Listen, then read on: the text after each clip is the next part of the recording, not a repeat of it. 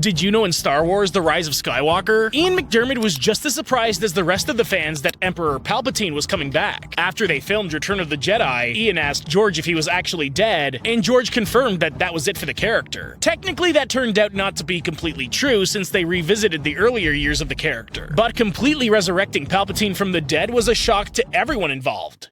Did you know in The Punisher, they filmed quite a bit on location in Tampa, which ended up being good and bad. It was good because most of Tampa isn't residential, so it usually empties out by the time they were filming at night. It was bad because of the fact that Tampa is so prone to thunderstorms. The summer they filmed there ended up being one of the wettest summers since 1890. Did you know in Uncharted, Tom Holland has stated how lucky he is that he wears a mask in Spider-Man, and he's been spoiled with the stunt work in those films compared to Uncharted. The plane scene in this movie has been labeled as the hardest stunt work he's ever had to do. He's also mentioned that he made fair use of his stunt double throughout filming.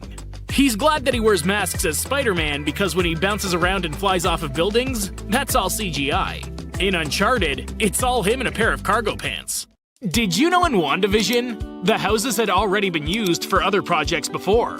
Wanda's house is actually the same house that was used in National Lampoon's Christmas Vacation.